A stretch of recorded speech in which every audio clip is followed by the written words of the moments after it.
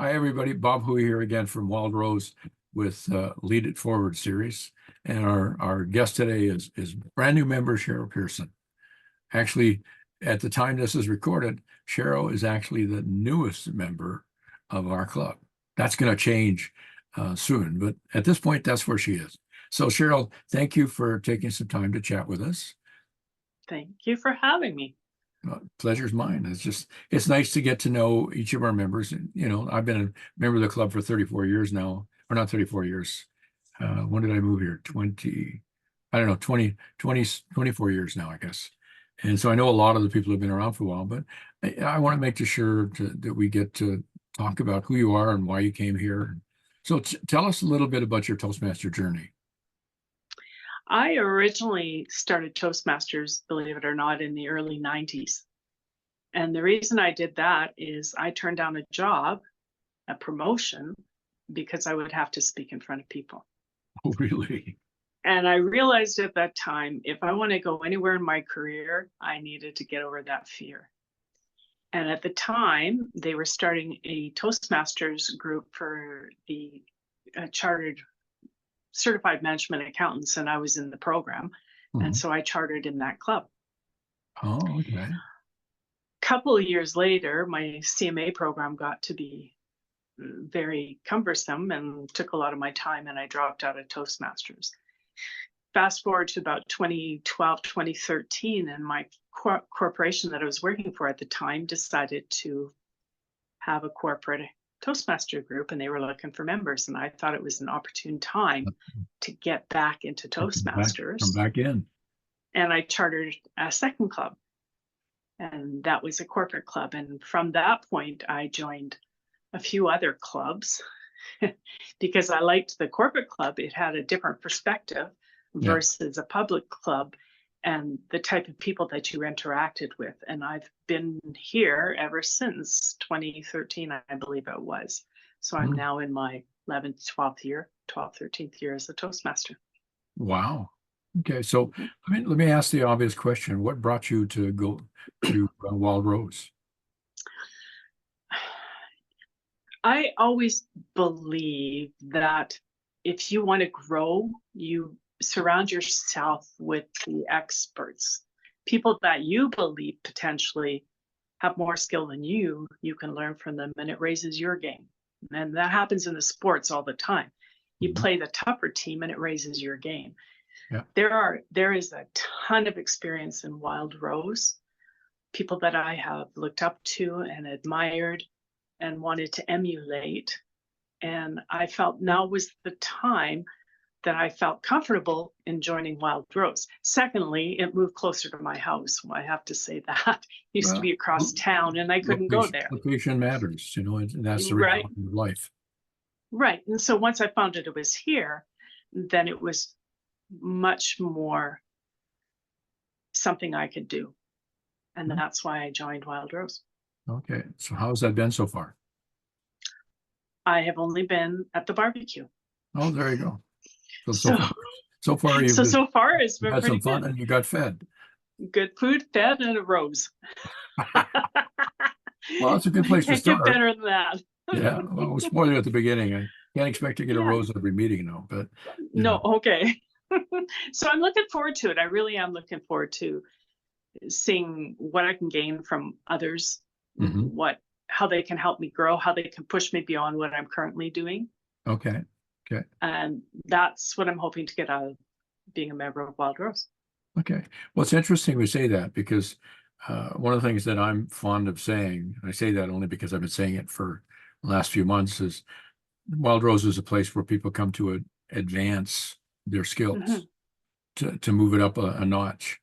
And so we should. And the challenge there is to challenge our members from the same perspective of keeping the standards and raising standards so that we, the ones who are already members of Wild Rose, continue to grow. So we set the standard and raise the standard so people coming can say, hey, I can do that. And, you know, hopefully, you know, we become the people that set the example to say, hey, if we did it, you can do it. And absolutely. We'll encourage you and help you grow because like I said at the barbecue, I mean, when most of us joined, and a lot of us have been there for 20 or 25, or in some cases 30. Well, in case of Neil and you know, he's been there since the beginning. And same thing with Peter. He was one of the original charter members. They've been there 40 years. The club has gone through a lot of ups and downs and expanding and changing and different venues and whatever. And, the core group most of them are still there from the time I've been here, which is a good thing. The challenging thing about that is, and one of the things I'm really enjoying getting new members, is they bring some fresh energy to the club. Absolutely. They bring different perspectives. They bring different speaking styles. And, that's good, because if you're hearing the same person speak all the time, you get to know what their style is and what they're doing. And it's kind of hard to impress them if they've seen you that do too. what you do all the time. And it's hard to evaluate objectively. Yeah. New voices, new hearing, new perspective is absolutely right. I remember Peter Coswan was involved in both the two clubs that I chartered. And I remember meeting him at the time, and he was telling us about a DTM, and I'm thinking, oh my goodness, look at all the stuff he's done. I will never do that. That is just too hard. I can't. But you start doing this, and you volunteer for that, and you do this, and you do that, and all of a sudden you think, oh, maybe I can do this. Exactly. And then you do a little bit more, and you try stuff, and you push yourself, and the next thing is, yeah, I can do this. Yeah. And before you know it, you're there. You're there. And that's what I'm looking at Wild Rose. There are people there that are really very skilled in what they do. Yeah. And I want to raise my game. Good. And at this point, I'm not sure I'm ready, but you know what? If I push myself, then I raise my game. Well, and that's why I picked the theme for this year of Learn It Forward. We don't get ready and then do it. We do it, and we get ready in the process. We learn it as we go. Exactly. If we waited until we had it together, none of us would do anything, I think. No. And very often you have to set out on the journey before you're sure what the objective is to get there. You just know you're going that way. And hopefully you find some people along the way to chat with that keep saying, yeah, keep going that way. You're going to get there. Because I think, like for a lot of us, I've had people say to me and other people, oh, you guys are so good. And, yeah, but we weren't when we started. No. No. We weren't. Everybody has to do an icebreaker. Yeah, we weren't 34 years ago. Like in my case, 34 years ago, I stood behind. I tried to hide. My one club had a lectern that was made out of a pole and a thing on. I tried to hide behind this 4-inch lectern.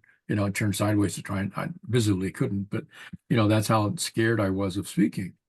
And yeah, I was too. I shook. Started having fun and getting away from the lectern. Now, lectern, I just leave it over there and I come out and have fun with people. But that didn't happen overnight. No. That happened because the members of the club supported me and encouraged me and pushed me in some cases and said, Bob, you can do this. It's like being an area director. I had a lady that used to come and visit our club, and she was an area director, and she kept saying, Bob, you should think about being in it. No, I couldn't possibly do that, and I did. But you can. Yeah, and that got me on the leadership part. Next thing I knew, a few years later, I was district governor. Whoops, I don't know how that happened. Yeah, exactly. You keep trying, and I've always said that Toastmasters is not about how many speeches you've done. It's about the process to get there, because the growth is in the process. Yeah, and what you're learning along the way. We had a guy come into the one club I belonged to, my very first club, and he blitzed through his 10, because in those days it was called a CTM. You did 10 speeches and got your competent Toastmaster. And I talked to Jen Michael, who was one of our members, and she said, Bob, because I was just concerned he was doing like almost one a week. And in about 3 months, he got his, and I'd done like in a little over less than a year, I'd done like 6 or 7 or something. And she said, Bob, well, here's the deal. You can go through it real quick and become a CTM, or you can take your time and become a competent Toastmaster. I've never forgotten that. Yeah. You can actually take your time and learn the lesson. The other thing I learned in my journey was the first year I was a Toastmaster, I had a chance to go to Australia.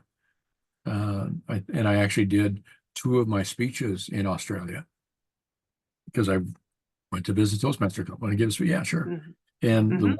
the one of them, I gave the speech, and the district governor that was there, who was my friend, evaluated me, and I took his evaluation to heart and reworked it just because I had time to do sitting on the beach. And I went to visit another club, and they said, "Would you like to do a speech?" And I thought, well, let me redo this one because I've now rethought how to do it, and I did it. And I found out how much better it was. Mhm. And there was a Mhm. second lesson for me to say, you know, uh, if you've done it once, don't be afraid to do it again because you can always be No. better. It's not a matter of rushing through something. It's a matter of what are you learning? And I'm Mhm. hoping that's part of what we do in Wild Rose is we encourage our members to learn Mhm. that, Yep.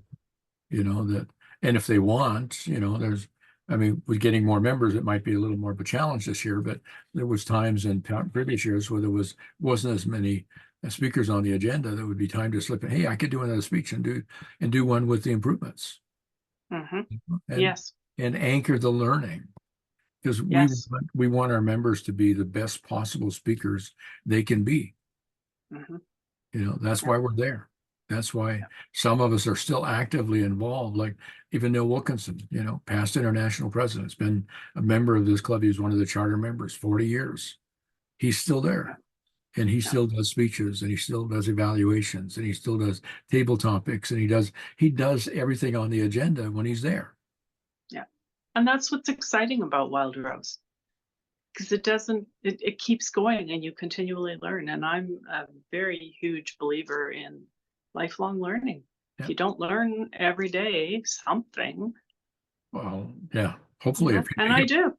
I yeah, do. So I learn something every day.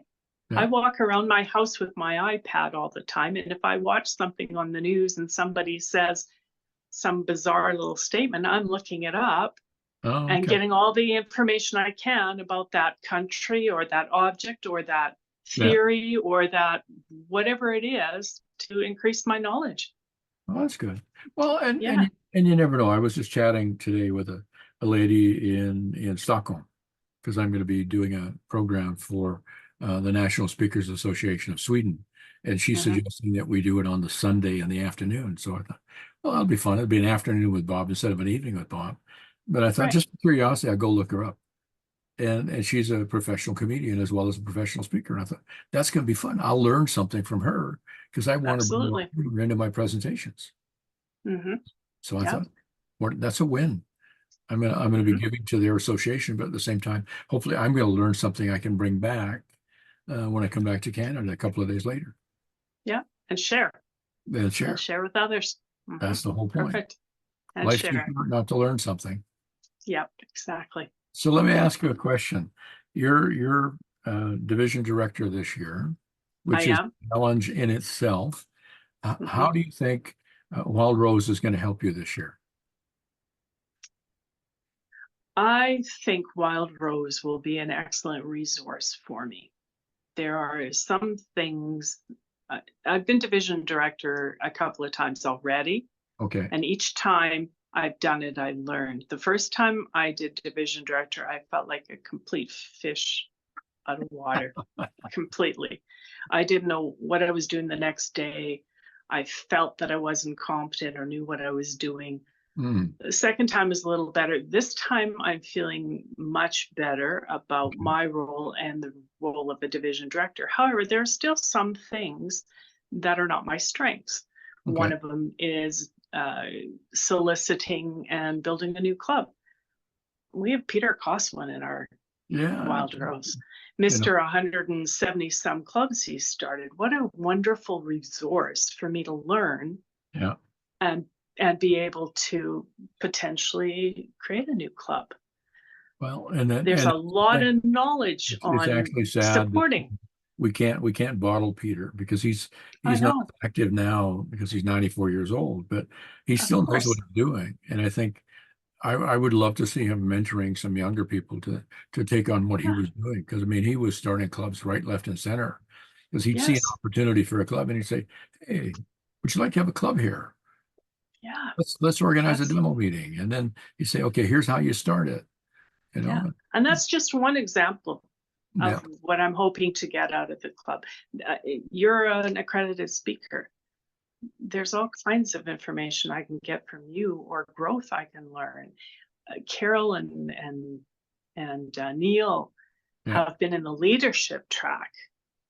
I haven't decided if I want to go further leadership, but if I choose to, yeah, what wonderful opportunity to be able to glean from them any yeah. hints, tricks, tips Well, yeah, and to go forward. Ken has been an international And director. Ken Tanner, Yeah, absolutely, and Ken Tanner as well. So there's a lot of knowledge and skill and depth yeah, to the members in Wild Rose that is just ripe for reaping for me to help me in my growth.